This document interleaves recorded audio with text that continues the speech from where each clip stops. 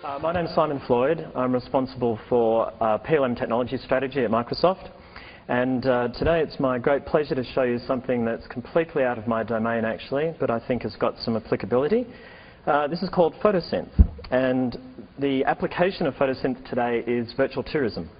So let's say that a bunch of people had been to Piazza San Marco and taken all these various photographs.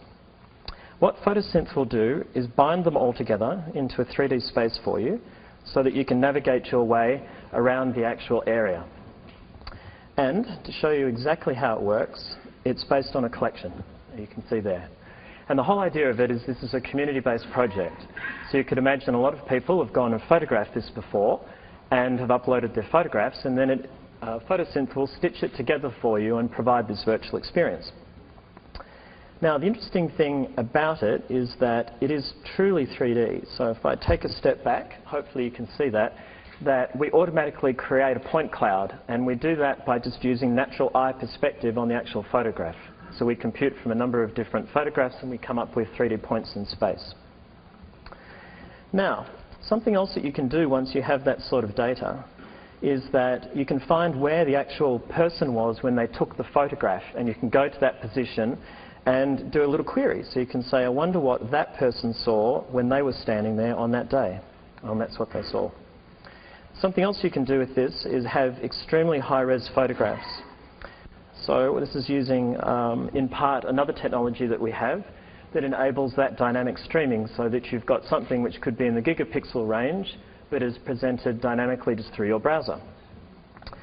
To show you exactly high-res, we can scan over here. See, very nice gilded flying lion of some kind. And in fact, the other thing you can do is say, well, show me what the entire environment would be from the top, and pick a selection and then navigate to it. How much time do I have, Rachel? I've got a little bit more time, haven't I? Oh, that's absolutely brilliant. Let me show you another example of that. I'm making a commitment to finish in 5 minutes, although I have to tell you, in my entire career, never have I had to do a demo in 5 minutes, but thank you, Brad. So, here's another data set coming from NASA, and I thought, given the crowd, I know you're all self-professed geeks, don't try to deny it, just embrace it, it's good. And you can see up here that we've found a way of navigating any nasty cracks that might appear in any of the panels on the space shuttle, if that was something that took your fancy. There's our 3D model. But we can actually take this a little bit further and get a very, very large space, such as this launch vehicle. Sorry about the slightly poor quality of the 3D there. And navigate our way around something that's truly enormous, absolutely huge, in fact. And just panning out, you can pick any of these if you wish to. Now you've got what it was doing there, sorry, if I go back a step, it's finding things that are like that photograph and then rearranging them in order of priority. So we just click over here, and then you can find your way around Kennedy Space Center very easily. One great application, which unfortunately I don't have with me today, is of a shop owner in Morocco who wanted to put all of their goods online, and what they did was photograph their entire store with all their beautiful pottery and things like that, upload it to Photosynth, and then with a little bit of wizardry created themselves an online shop actually. So you could navigate your way around their store when you like to unclick on it, and then your nice pottery would appear from Morocco.